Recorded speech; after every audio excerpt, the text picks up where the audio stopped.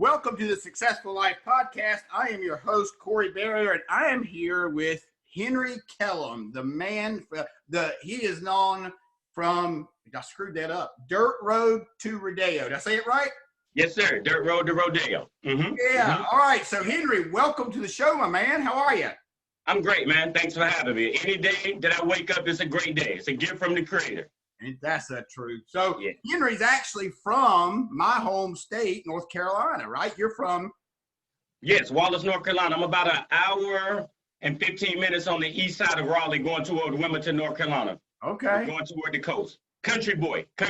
Like my road is still a dirt road right now. That's why I say from the dirt road to Rodeo. It's still a dirt road that like it was when I grew up down there, 30, 40 years ago. Hasn't anything changed. So when I say dirt road to Rodeo, a lot of people might think I'm glorifying Rodeo Drive, but it's nothing like that. I want to take this chance to say Dirt Road to Rodeo was about me having a vision as a child. And I came obsessed with an idea. And I had no idea how I was going to move to Beverly Hills. Remember that show, the Beverly Hillbillies? Yes, yeah, of course. Yeah, Jed had struck oil. And he was like, I'm going to move the family to Beverly Hills. He packed up and he moved to Beverly Hills. And I remember thinking, okay, the country family, they out of their environment in Beverly Hills. But, he got rich and took the family. And you know how when you're a child, I was just like, I'm going to move to Beverly Hills one day. Didn't think about it. Didn't ask myself how. I just said, I'm going to move to Beverly Hills. And then I remember, was talking about I'm going to move to California. And, you're young. And my brothers and them was like, well, how you going to get there? And I was like, I'm going to think my way there. Not knowing intuitively what I was saying, or even by holding the vision of Beverly Hills in my mind, what I was doing. I didn't realize that until later in life, because I love to study, and I started to study about the mind and the subconscious mind, and learning about the brain and how it thinks in mental images. And because I held that vision, and I was always present of what I was thinking, I could see my thoughts manifest. I started paying attention. Because my father wasn't there when I was young, and I was mad. I'm a boy, and he got two other kids, and he was present in their life. So I remember he had left North Carolina and moved to New Jersey. And when he would come down from New Jersey to visit, he wouldn't even let me and my brother, Alex Pooh, that passed, we'll get to that later when we was 13, he wouldn't even let us know he was in town. So my half brothers would say, hey, our daddy is going to be in town. Don't tell nobody I told you. Just stop by his mother, your grandmother's house, and act like it was a coincidence so you can get a chance to see him. So as a child, that made you feel like, am I not good enough? Am I not worthy?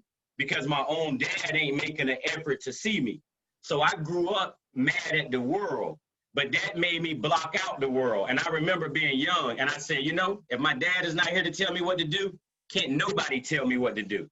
So that translated into me being a hard-headed child in school. But what it made me do was listen to that inner voice. And I talked to myself a lot. And I used to walk down that dirt road and ask questions. And I just began, and I used to tell people, hey, I live in my mind because I'm telling myself these stories. And I love talking to myself. I know I guess people think I'm crazy, I'm saying? I'm talking to myself and all of that.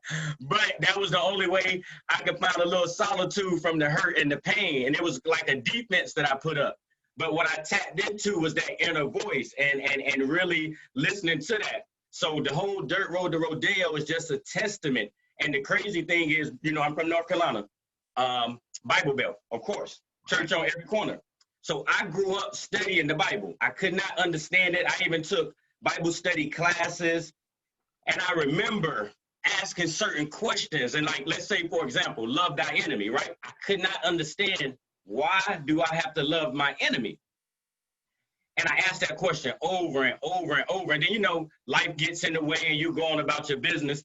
But subconsciously, I didn't know that was still there. And then I would see things in life or learn different things. And I had those aha moments. I'm like, aha, that's what scripture meant. That's what scripture meant.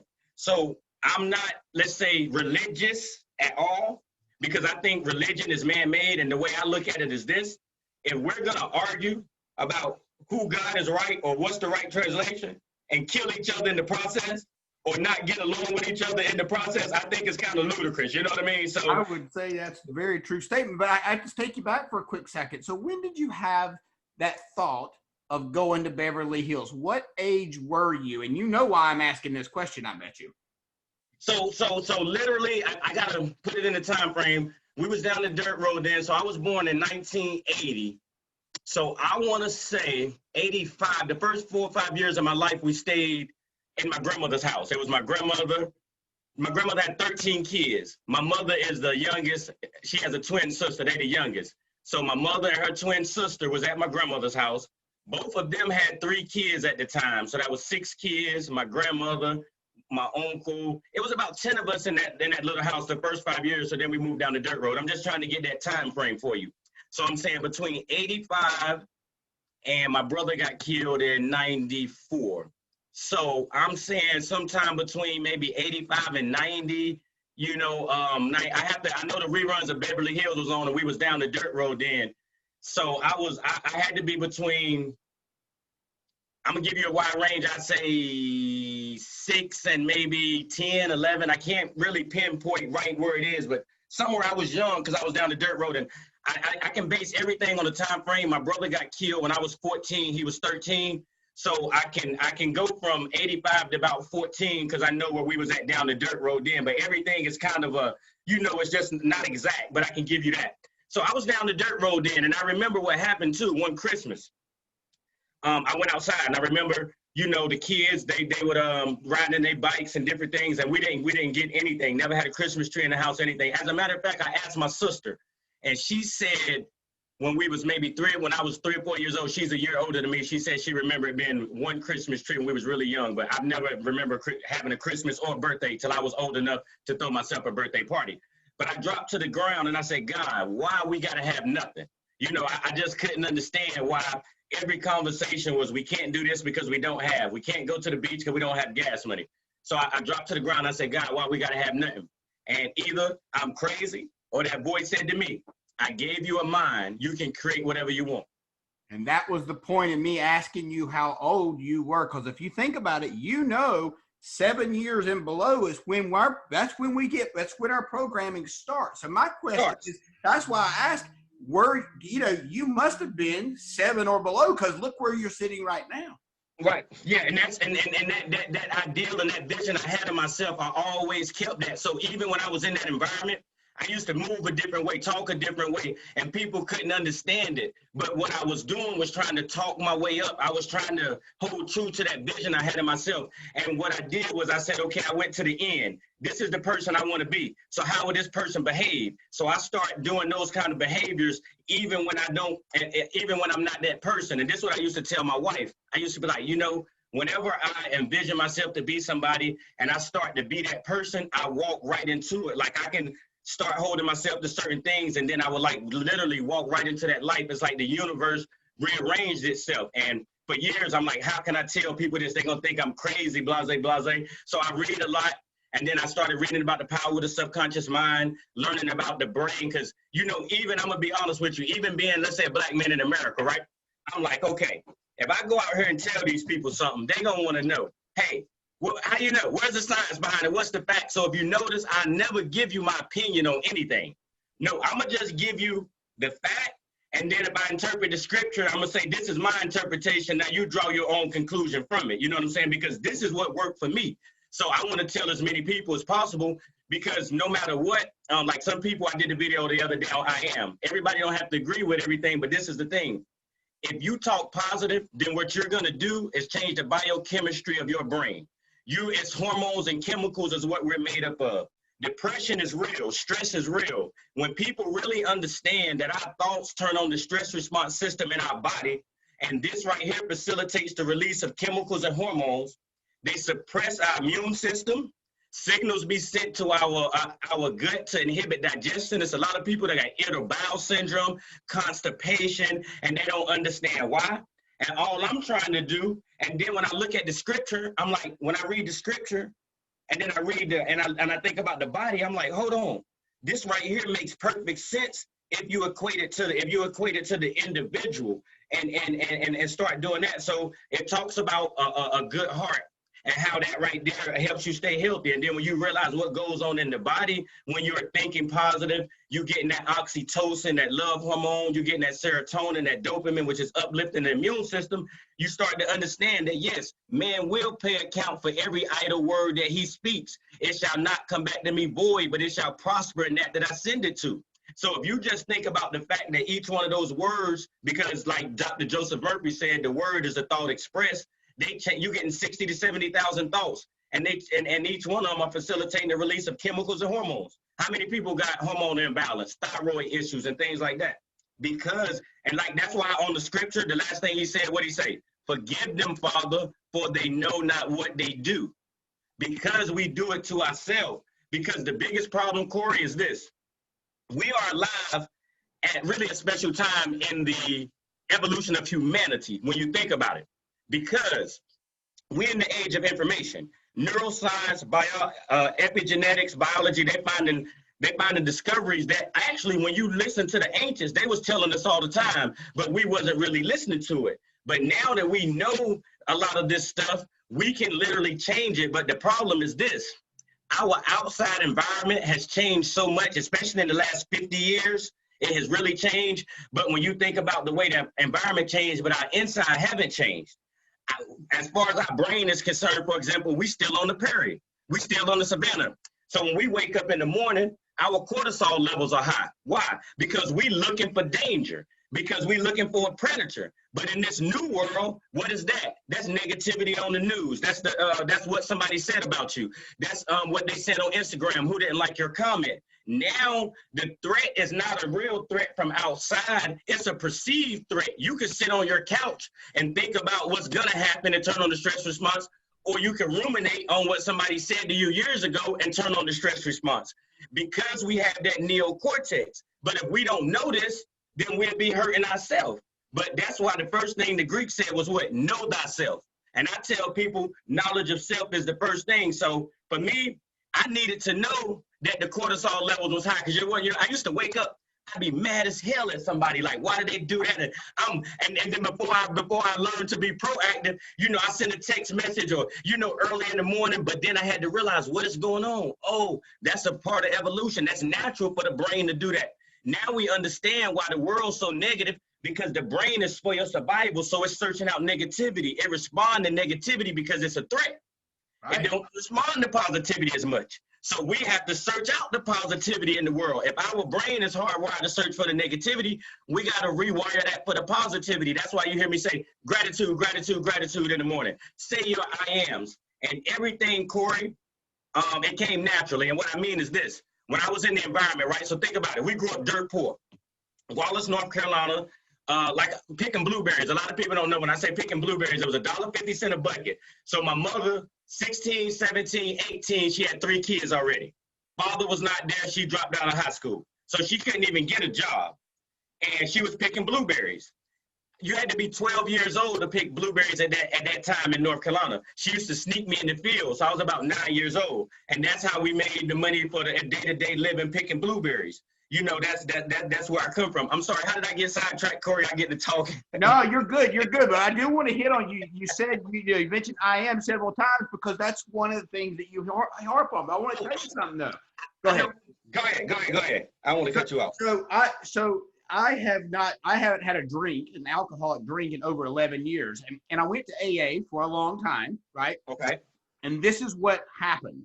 I realized that I was standing up saying, I am an alcoholic every time I went to that meeting. And I got to tell you, dude, when I realized what I was saying, I went, absolutely not. I am not going to identify as that broken person anymore because I'm not that broken person anymore. And when I made that decision, when I learned about I stopped going to AA, and I still have not picked up a drink, not one, and I don't have any desire to. Because I'm not an alcoholic.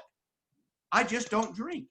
There you go. And that's what we don't understand, the word and how powerful it is. And every time you said that, in your brain, you was wiring that neural network a lot more. You was digging it deeper in, and that's what we got to understand. And that's why, remember, they said in the beginning there was the Word was God, and God was the Word, and God became the Word, and the Word became flesh. God is looked at as a creator. our words create. Abracadabra. I create what I speak. Yeah. You see what I'm saying? So that's why the word, but let me tell you how I was giving you how I learned that naturally. So like I said, we grew up dirt poor. That's why I was telling you about us working in the fields, right? So this is what happened. When you grow up in lack and limitation, that's all you talk about. So what I noticed was everybody talked about what they didn't have, what they couldn't do. And I was sitting, I was young, and you know, I thank God for being this intuitive, or I don't know if it was just meant to be what it was. But I noticed, and I said, I'm gonna do the opposite. I'm not gonna ever speak on anything I don't want and what I don't have. I know I don't want, I don't want it, I don't have it. I ain't gotta keep talking about it. If there's one thing, I talk about that. So if you go back and ask anybody about me, I've always been, even I show you some of my kid pictures, you'll see I'm always smiling. Even though we didn't have anything, I'm always smiling because I always intuitively knew it's going to be a better day. I knew that I could be in control of certain things, so I learned that naturally. Then I started learning about the I am concept and the power of the words and imagination. And I'm like, you know, I walked a certain way and talked a certain way so I could become a certain guy. I did it naturally. So now let me tell the people as much as possible. So that's where it all came from. It all came naturally. And even now, trying to be positive. Why? I used to react bad. Like people let you know, like, you know, because when you come from lack and limitation and you feel like you're not good enough, you know, you're always coming from a place of defense. And if you're in survival mode, you know, it's, you know, survival, me against them. So I had to learn that. And especially now, Corey, I'm in a totally different environment. And what I found was since I've been here, if I think like I thought then, I sabotage things in this environment. I have to think a totally different way. So when I say live out loud, like I'm learning the process now. Some people look and they say, oh, you made it, this and that. No, every day I get up and I grind and I go hard. I don't complain. Some people, if they knew my situation, they'd be like, if I had your hands, I'd just cut mine off or whatever. You know, like they don't really want it, but I don't complain. My mother used to say when you're young, look to your left, look to your right. You'll find somebody doing worse than you. Never complain. So I don't do the complaining. I just keep striving. And then I gamble. So, you know, I'm like, look, I hit my card on the river if I have to. You know what I mean? Something will sell, nothing won't. I just got to keep putting it out there and let the people respond to it. But even now, Corey, I will say this, even like meeting you on this journey, it's been so wonderful that if I had not put myself out there, we wouldn't be having this conversation right now. So to me, I'm still growing. I'm still learning. I'm still living out loud. And I'm just trying to, when I was down that dirt road, I prayed for some help. I used to look to the sky like something, and when it didn't come, I said, you know, I be to the world what I needed. So that's why I feel like it's my duty that if I know one thing that'll help somebody, I need to let them know, hey, the brain can't focus on negativity and positivity at the same time. So naturally seek out the positive stuff, and that way you'll rewire your brain to look for more positivity in the world. It's a thing called a reticular activated system in your brain, and this thing really works. When you get a new car, now all of a sudden you see a lot of those cars. Why? What you told your brain is, this is important to me. So now your brain is searching it out. What a lot of people don't understand is the brain is a sensory information tool, and it blocks out 99% of the information coming at us because there's so much information coming at us that if we took it all in, we literally blow up. Yeah. So this is a key to life to anybody right there listening. The perception, your brain only lets you see what you believe to be true about you. So perception is reality. You know what I mean? Perception is reality. You can train that reticular activating system to search out for what you want to in the world. So I block out, and that's, listen, what they say, stand guard at the doorway of your mind. That's right. Stand guard. Why? And when you stand guard, what do? Hold on. You can't get in. You can't, like, you vigilant about what you see. You vigilant about what you hear because you understand the word is a seed, and if it seeped down to the subconscious mind, it will come back up to the conscious mind and produce, and the right brain thinks in mental images. That's Listen, right. Watch the NBA basketball. Now they got these corporations on the jerseys. We're looking for basketball, but you see the corporations, and all of them corporations paying 5 to 10 million just to have their logo on the jersey, because they know that it affects your right brain. And now you'll be thinking about this. And if you think about it to your brain, you're telling your brain that's what you want. If you visualize that, that's what you want. That's why it says stand guard at the doorway of your mind, because the conscious mind is going to lead to the subconscious mind, and the subconscious mind is going to produce whatever. Whatever you think you ain't good enough, subconscious mind will say, okay, you ain't good enough. You ain't good enough. It's just like having a genie, and whatever it asks, you ask for, it's going to give you. Literally, the universe, the subconscious mind is your genie. That's exactly, dude. You're so right. To your reticular activator, activate the RTA comment. So here's a great example, right? There's this bottle of water, right? It's called Poland Spring, right? I can't find it anywhere other than one place because I just started drinking it maybe 5-6 weeks ago, and I like the bottle because it's wide, blah blah blah. I told my wife the other day, I said, damn. I said, we're going to have to get back sooner so I can go to the food line that I know where this is at. We pull over to a gas station. What did I find? Is it in your awareness? I mean, it was literally within a half an hour, and I went, what the? And so I got in the car, and I said, that's the power of the mind right there. It is. Listen, and when we understand, like, who we are, literally, I mean, we can go energy, and we got to understand that we're made up of, this is science, we're made up of cells. Our cells are made up of atoms. When they bust down these atoms, they was going to find what we were made of. And they was like, it's 99.9% empty space in here. It's only energy. So if you look at your skin under a microscope that's 20,000 times, you'll see the cells moving around. That's right. I said that to say this. You got an energy field around you. I got an energy field around me. If we meet each other, you say, I got a bad vibe about this guy. What you're really saying is I'm vibrating here, he's vibrating there. The energy is off because our energy fields connect without us even touching. It's like what seems to be empty space. All of this is energy. So there's another quote in scripture that says, in him we live and move and have our being. We live in a sea of energy. That's exactly what it is. Even though it's invisible, we can't see it. And then I'm doing a webinar, and this is why I do these webinars, because I like to tell people I'm not a scientist. I'm not a scientist. I'm a storyteller, and I like to equate. Like, let's say, for instance, I'm doing a webinar on the mind gut, and it's so interesting about the enteric nervous system and about that sits in our stomach. And I want people to know, you know, this information so they can begin to look at themselves different. So in our gut, we have 100 trillion microorganisms that live inside of our gut. These microorganisms communicate with the microorganisms in the ground and the microorganisms in the air and all other microorganisms. They evolved about 4 billion years ago. For the first 3 billion years, they was the only things on the planet. As a matter of fact, scientists just now, over the last 10 years, once they realized that when you consider the microorganisms that live in our gut and they got 8 million genes, only 1% of our genes would be a human.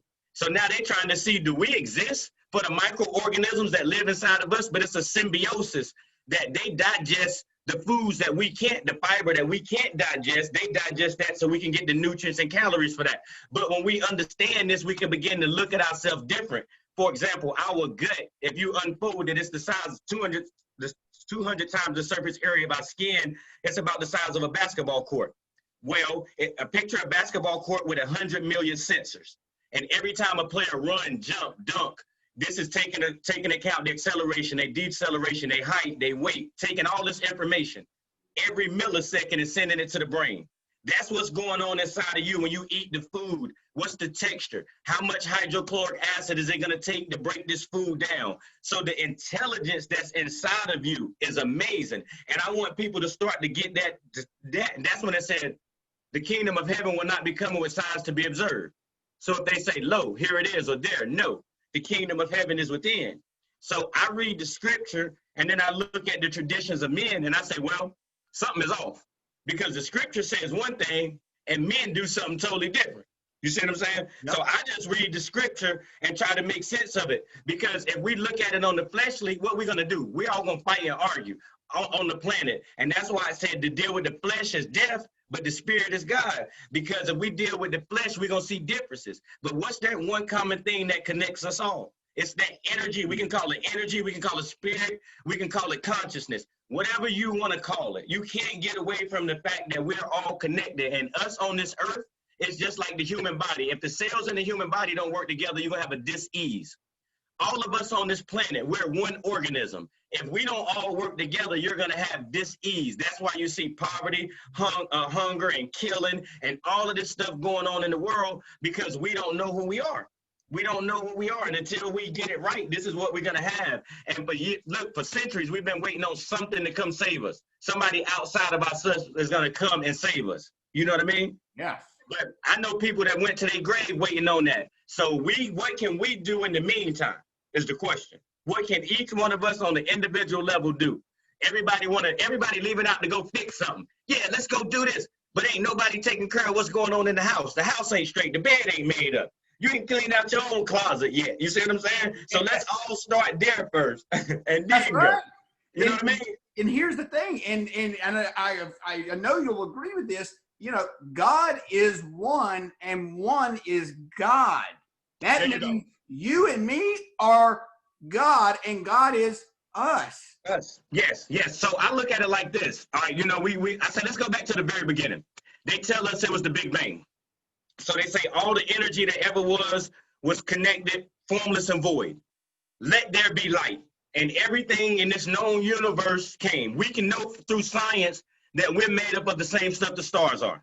Right. As a matter of fact, a supernova collapsed, and that's what made this universe. So that star didn't even die, because nothing dies. The energy from that star is the energy that resides in all of us. So that energy just changed form.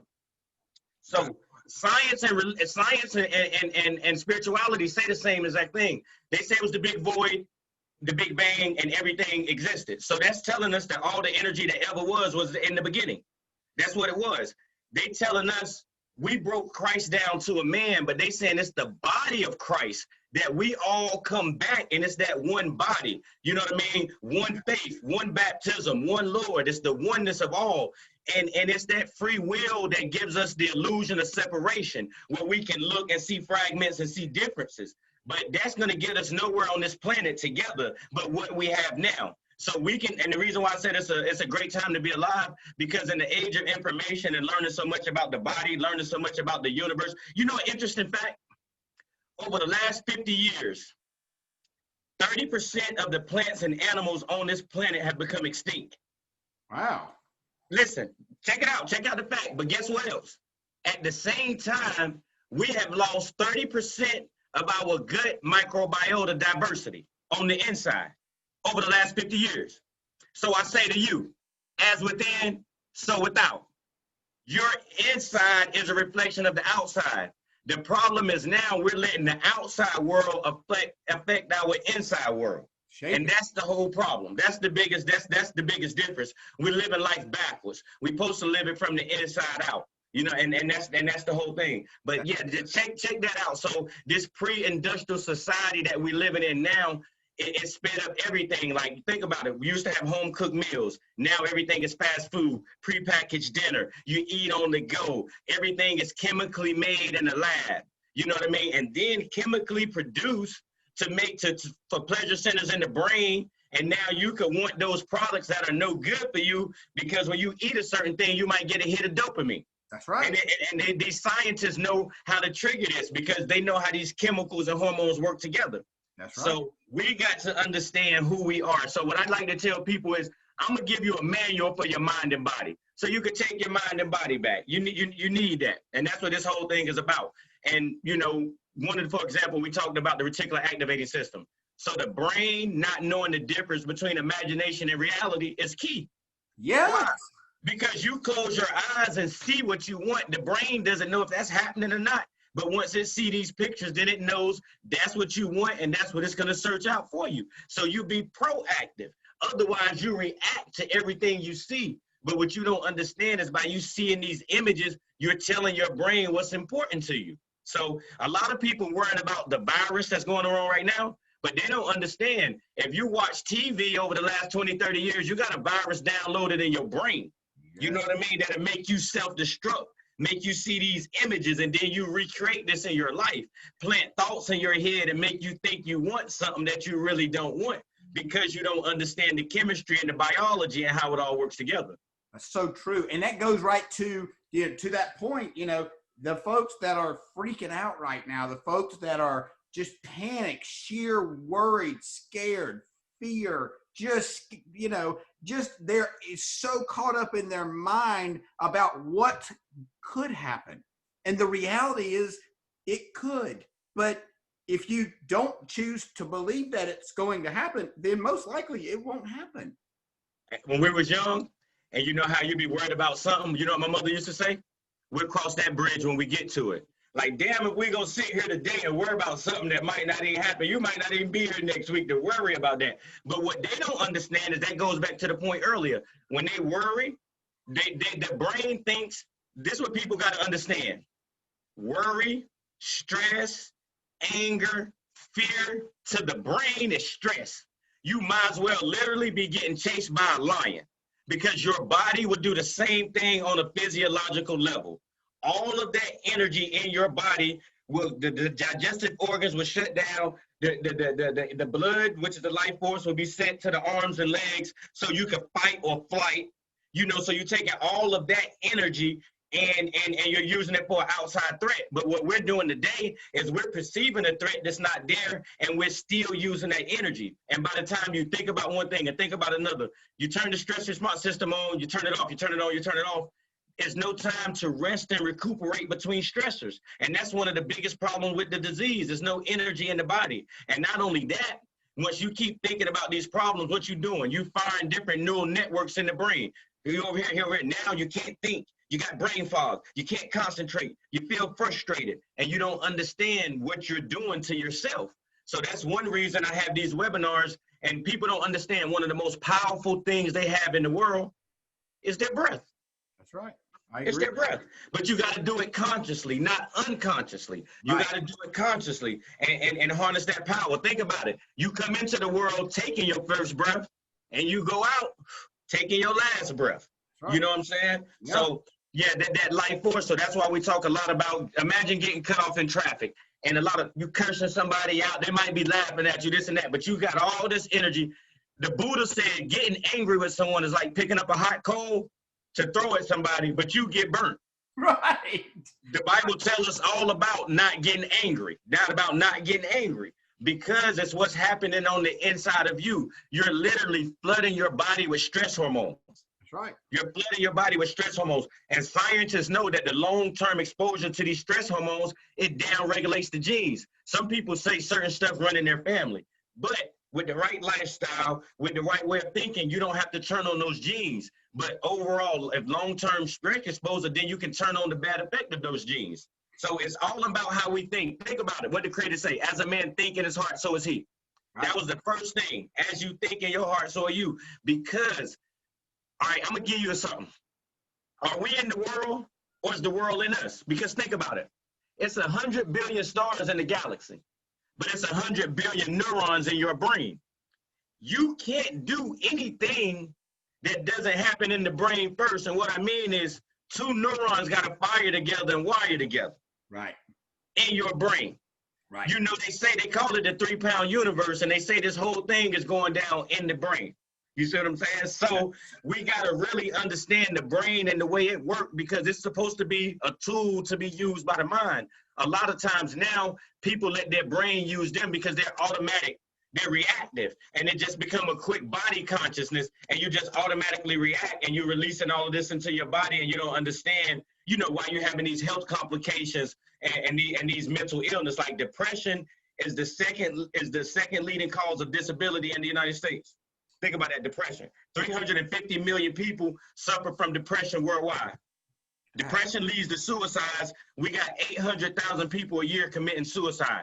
These are our fellow brothers and sisters that are reaching out, and they understand that something is not right about this life that we live in. There's something fundamentally wrong, and we all know it deep down inside that something is not right, you know, but we don't want to seem the crazy or the odd one, so a lot of times we hold it in, but we know this life that we're living, what we become accustomed to, the normal, it's not normal. You know what I mean? It's not normal. So here's another thing, too, that I thought of when you were saying that. You know, one of the things, tying it back to both the, you know, the what we tell ourselves and what our brains unconsciously run on, we got to think about, if you've got kids, if we have kids, you got to think about what you say in front of that child, because they soak up everything. And what you're doing is you're creating their pattern of thought. If I say to you, if you're my son and I'm your father, and I say every day that my foot hurts, eventually, guess what? Your foot gonna hurt. Yeah, and your foot's gonna hurt because you're the kid. You're looking up to me, and you hear me saying my foot hurts every day. Yep. Listen, my wife will tell you, people used to think I was anal the way I wanted to protect the environment for my daughter, because I knew, and me as a child, the way I looked at everything, the way I paid attention, the way I remember stuff, exposed to things that I shouldn't have been exposed to as a child. So think about it. My mother's 16, 17, 18, no guy there, young, had a child, older men around, they using drugs, things around I'm seeing. So I remember being young saying, when I have a child, I will not do certain things. When my wife got pregnant, we literally moved as far away from everybody in our family as possible, and we literally controlled that environment, like you said. So we know now with science, you said it earlier, from 2 to 6 or 7, the subconscious mind is being formed. That's right. A child is in a hypnotic state. This is a scientific fact. Yeah. They literally mimic their environment. You don't have to tell the kids anything. All you have to do is do it, and they picking it up. That's right. 95% of your life is ran by your subconscious mind. Right. You get your subconscious mind formed by the time you were 7. Most of the time, you had no say-so in the environment you was in and the way the older people around you thought. That's why, first and foremost, we must realize that, so we can go back and break some of those self-destructive patterns that we have that are built in, that are automatic. First and foremost, we need to do that for ourselves. Then we need to know this for our children, so we won't pass that baton to them and they just be doing the same thing. And that's what we try to do, be actively, conscious with what we're saying around my daughter, because we know she picks it up. I literally plant the seeds in her head, say the things that I want her to get right now, yes, because I know where she is. And if we don't get any of this, this is what we need to understand. And just like another going further, epigenetics shows us this now. The Holocaust victims, right? Their kids show trauma from the Holocaust, even though they didn't experience the Holocaust. Science has shown that the trauma gets into your cells. You pass these genes on to your kids. That's right. Epigenetics shows us that. So if we're negative, if we're fearful, we're going to pass that on to our kids. So we need to be mindful so we can stop this cycle. So it has to be know thyself, because all of this comes because we don't know who we are on a biological level, how our brain works on a neurological level. That's right. So we plan against ourselves. But that's one of the most important things it is with those kids up until age 7. That's why they have a saying, give me a child to 7 and I'll show you the man. Because 95% is there, and it's so hard to break those neural networks, because we form ruts. It's like, let's say you leave your house and go to the store every day the same way. It's going to become easy. It's going to become second nature. And you know how many days you've been on the phone talking and left your house and go to the store and didn't even realize, like, you just pop up at the store, your subconscious mind drove the car for you. And that's what a lot of us are running on, these automatic programs. And a lot of these programs are self-destructive for us. And we got to realize that so we can break those neural networks. And it's hard. That's another thing with breaking these patterns. You can't just say, I'm going to do it, because you're only conscious of it 5 minutes. 5% of the time. Yeah. The other 95% is the subconscious mind. So, Henry, if you could just share, we got to wrap up, but I want you just to share with everybody out there that's struggling with, why they're where they are in life, why they're quote unquote stuck, why they have been shit on all their life, so to speak. How could they change that thought pattern if they're above 7 years old? Well, first of all, you have to recognize that, because I'm above 7 years old and I saw this. Those self-destructive patterns was harming me from getting to where I want to go. I was ruining relationships with people around me, and I didn't want to keep going down that path. So I look at this whole life as it's a journey. It's an individual journey that we're all taking. Everything that we went through brought us to where we're at today. So first, we got to understand that the only way we can change our world is to truly change our thinking. It's going to be a lot harder. It's going to be a lot harder done than said, because every day you wake up, the cortisol level is going to be high. So you're going to be thinking about negativity. So now you might want to think about the dad that left you, the person that did something wrong and violated you. But if you do that, you will wire it into your brain. and you will see more of those experiences. So first and foremost, we got to understand who we are and how everything operates. And we got to know that the only thing we can do is change the way we think. And anybody that feels shitted on, that feels like their life isn't worthy, they don't have a purpose, you know what I would tell you to do? Be in service to humanity. Find somebody else to pour into, to give into. That alone will start to make you feel better, have a different type of purpose. But we're gonna have to change this from the outside, from the inside out. That's the only way it's gonna start. When I thought I was invaluable, when I thought that my life didn't matter, then I engaged in self-destructive behavior myself. It wasn't until I found self-love that I started to do things that would benefit me in my future. So first of all, we got to love ourselves. And part of my whole mission is to let you know, hold on, you're a part of creation. Like, think about it. You breathe, the trees need you. You breathe out what the trees need. They breathe out what you need. We're all connected. Have you looked at a picture of your lungs and a picture of the trees? They look identical. You are nature. See, this world makes you seem insignificant, but you are so much more. It's only one of you. Anybody out there listen, you are one-to-one. So we know if it's only one or two cars, the value goes up. It's only one of you. You can never be made again. Think about that. Your parents could try as much as they can and they couldn't conceive another you. You're special just by being here. It's your birthright to live an abundant life. Don't let the outside world tell you who you're not. That's why they say close the door of your mind and go to your Father who's in secret. This is what I tell anybody. And I'm a testament, and all I can do is tell the truth and how it came to me. If you apply the scriptures to yourself individually and your consciousness, then it's all going to make sense why you should love thy neighbor. Like you said, me and you, we are one. Treat your neighbor as thyself, because your neighbor is yourself. Because and the reason I do a lot of the webinars and talking about the mind, gut, and talking about the brain, because I want you to understand that universal intelligence that permeates your body. And that's that subconscious. And like right now, what's keeping your heart beating? What's keeping the blood flowing through your body? That's the subconscious mind that's doing that.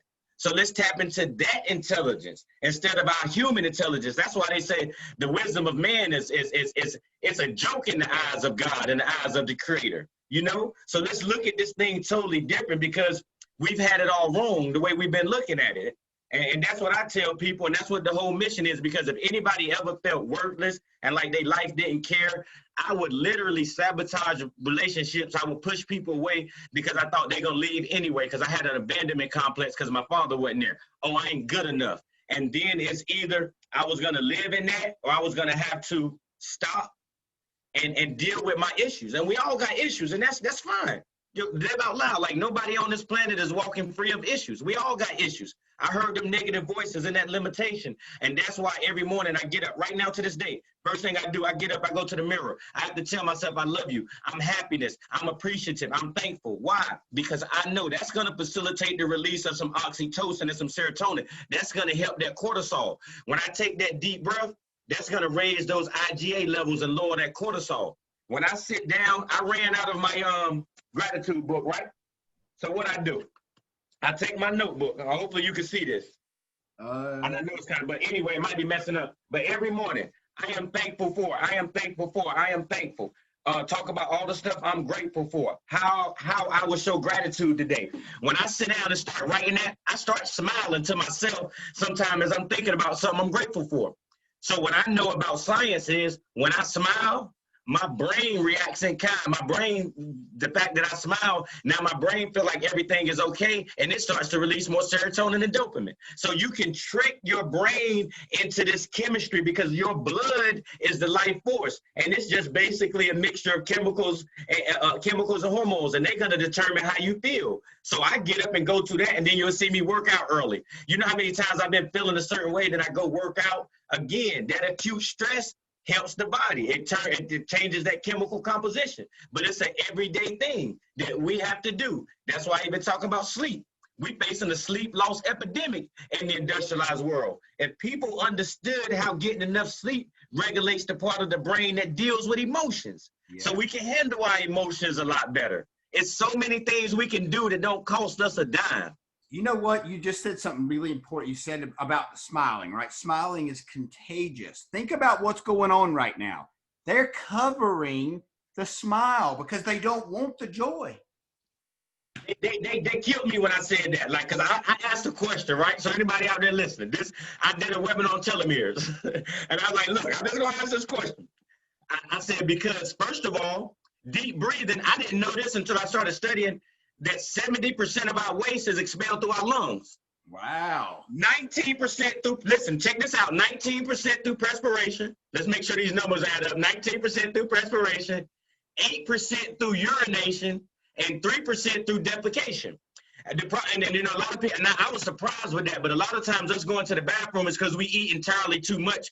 The most meals that we eat in the United States are 3 or 4 times as big as our stomach. But most of our toxins are released through our lungs. So after our 20s, we lose 9 to 25% of our lung functionality. That's why doing that deep breathing is essential, because it helps. So the first thing I said, I was like, well, damn, if we can't breathe out, then we can't get the toxins out of our body. And we know that toxins in our body is what make us sick. That's what the whole immune system is trying to do, get these pathogens out of our body. So I just said, hey, this is what I said. I said that. And then I said, then the fact that when you smile, it's contagious. And that helps build up the immune system. And we can't see the smiles. Not only that, I took it a step further. It's a thing called social cohesion. And the science has shown that if you live in a neighborhood where people are nice and friendly and you don't feel threatened, you live longer. It doesn't matter the socioeconomic status or what. If you live in a neighborhood where it's the opposite, you live shorter, and they live less. And what they did was they equated the length of our telomeres to the social cohesion, and they showed that the less social cohesion, the shorter the telomeres are. But what happens is, so then me just thinking, you know, probably Corey, just be real, you know, I'm out here in California. I might have been meditating one day, and I'm just thinking, and look, I'm thinking, and I'm like, well, if they tell us to stay 6 feet apart from each other, so if I see you and walking down the neighborhood, and I feel like I'm gonna get an infection or something from you, and I immediately avoid you, then on a biological level, it's no cohesion. It's almost like living in a neighborhood where we are scared. And on a biological level, that's actually killing us. That's shortening our telomeres. So I said the fact that you can't see the smile and you can't breathe out the toxins, I was like, are they trying to kill us? You know? And people really got mad at me. But I'm like, look, I ain't really heard nothing to do to actually boost the immune system. Like, I hear we need to have a strong immune system, but you haven't told the people anything about boosting the immune system. You got us indoors when it's a fact that most people suffer from vitamin D deficiency. Yes. You know what I mean? So if you're not, you know, I'm taking my supplement. I've been doing it a while because I knew I was deficient, but you got to get that sunlight. You know, sitting in and closing the gyms, the people can't exercise. We know more fat holds more toxins in the body, you know? So I'm just looking at I don't deny the virus, the science. I'm questioning the response to everything, especially when the response can make certain small businesses lose their livelihood while other corporations are able to thrive and billionaires are able to make billions. It seems kind of unfair that that we're using this, and we all know the government says we don't let no crisis go to waste. No good crisis go to waste. Right. That's just a fact in government, whether you're Democrat or Republican. I don't choose no sides. Right wing, left wing, same bird. It's all the same bird. You know what I mean? They're behind closed doors. Politics doing what they do. You know what I mean? Divide and conquer. Look, they got us fighting over color, over black and white and all of that while they take everything. You know what? Classism is something too. You know, when you got a certain people at the top that feel like they better and they controlling the society. They controlling all the means of wealth and they controlling our very livelihood. You know me, I go deeper and I know we don't got a whole lot of time.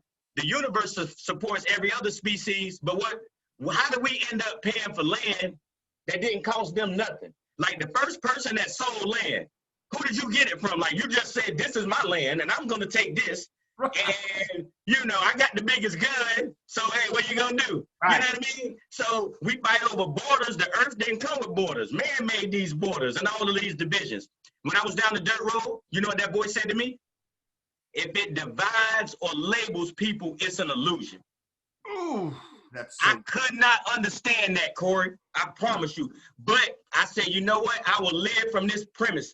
I can't touch my mind, but I can think I know it's real. My soul is real, but I can't touch it. So maybe what I can touch is not real. Then I find out this is just electrical impulses in the brain that's making all this appear to be solid. Yeah. You see what I'm saying? Yeah. So don't get into the whole division and all of that right there or whatever. I'm not even going to do that. I'm not going to do that. So, yeah, a lot of people, I won't play that game with them. You know what I mean? I just won't play that game because that's what the voice told me. And this is what I say, Corey. I've been in trouble 2 times in my life when I was a kid, when I was younger. That voice told me to do something and I went against it. And that told me right then, never, ever doubt that voice. No matter what, whether I can see it or not, do not doubt that voice. And I honestly believe everything happens for a reason. And I believe that happened to me so that as I went on this journey, that no matter what, I would believe that. And what they say, judge not by appearances. Right. Don't pay the outside world, no, judge not by appearances. You know what I mean? So to that point, Henry, people say, oh man, I got a gut feeling. There's a damn good reason for that. Oh no, listen, join this next webinar on mind gut. You got scientists don't know quite yet, but it's between 106 million nerve cells in the gut. But we have 193 intuition cells, if I'm not mistaken. We have 184,000 by the time we're 4 years old. By the time we're an adult, we have 193 intuition cells.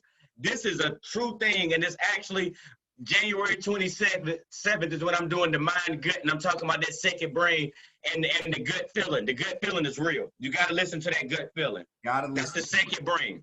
Yeah, for absolutely. Sure. Well, Henry, listen, dude, can you tell everybody where to find you, where to find the webinar, where they can follow you, all the things where they can find you? This has been such an amazing conversation, man. I've been looking forward to this for, as you know, weeks. So thank you so much, brother. Can you tell everybody where they can find you? And yeah, of course. And whenever you're ready to talk again, we'll link our calendars. But so on IG, it's just at Henry Kellem. YouTube, Henry Kellem. You can go to www.henrykellem.com and find everything I have there. I just dropped my album, Corey. I'm so excited. Like, I just believe that voice. That's why I'm like, I don't know if I'm crazy or what. I done packed my family up, move all the way across country. But my song, Dirt Road to Rodeo, is dropping in a couple of days. And I'm so excited because I never did music, but that voice just told me to do this. And it came out. And I'm just like, you know what? I'm going to live my life chasing that voice. Maybe I never even, maybe at the end of the day, his tombstone gonna be like, now this guy was one lunatic. He actually thought, but you know what? It's been so fun. Like I said, the opportunity to be here. I got a listening party I'm gonna be doing in a couple of weeks. Like, I really love this journey. So, like I tell everybody, check me out. I'll be doing the webinars. The webinars are on Zoom, but you can find the link in my bio to take you to the webinars and find it on my website. But let's just join this movement and let's all of us be the change. You know, so often we wait on somebody else to do it. We look into the world and we say that's not right and we don't like that. Well, we be the change. Let's usher in the change in this new way of thinking. You know what I mean? Because if we be silent and the people with bad intentions be loud, then they're going to drown us out. So we just got to keep going. We just got to be like the sun and just shine and just give.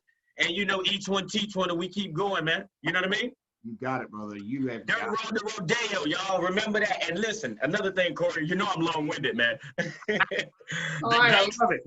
The gangster mentality. So I tell people, right? I say, keep it gangster. So one time I was at a show. I said, you want to see a big-time gangster? And they was like, yeah. I put a picture of Jack Canfield on the stage, right? So the people look, they like, 70-year-old white man. They're like, he ain't no gangster. What's going on? I'm like, look, how many times would you hear the word no before you quit?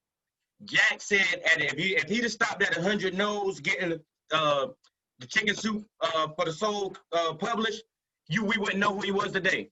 It took more than 100 no's to find that one yes, and now they've made billions worldwide. So I said, Jack is a gangster because he kept going. So when I say the gangster mentality, it has nothing to do with drugs, guns, or violence. It's about persevering, keep going no matter what. It's about the consistency to show up. How many people say they're going to go to the gym and as soon as it's cold outside or the conditions ain't right, they're not going to go? You got to be consistent and go every day. And then you got to have the faith to know in the end it's going to work out. Martin Luther King said you don't have to see the whole staircase in order to take the first step.